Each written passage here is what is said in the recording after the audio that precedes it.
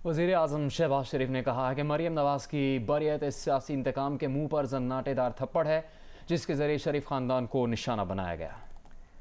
और इसके साथ आपको ये बताते हैं आज अहम फैसला आया है। इस्लामाबाद हाई कोर्ट ने एवन फील्ड रेफरेंस में मरीम नवाज़ और कैप्टन रिटायर्ड सफदर की सजाएं ख़त्म करके उन्हें बरी करने का हुक्म दे दिया है।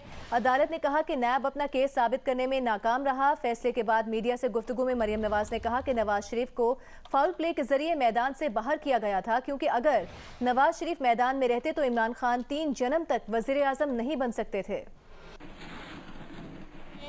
ये इल्ज़ाम लगाया नवाज शरीफ साहब के ऊपर, जिसने झूठ बोला, जिसने बुहतान लगाया, नवाज शरीफ को फाउल प्ले के ज़रिए मैदान से बाहर करके आया, क्योंकि नवाज शरीफ अगर मैदान में रहता तो इमरान खान 3 जिंदगियां और होती तो वो कभी भी इस ओहदे तक नहीं पहुंच सकता था। अव्वल तो 5 में से 4 ऑडियो सारी मेरे बारे में आई हैं। अपेरेंटली ये प्राइम मिनिस्टर हाउस की लीक्स हैं, लेकिन वो सारी मरीम नवाज़ के बारे में है। मुझे ये पता है कि ये कहाँ से हो रहा है।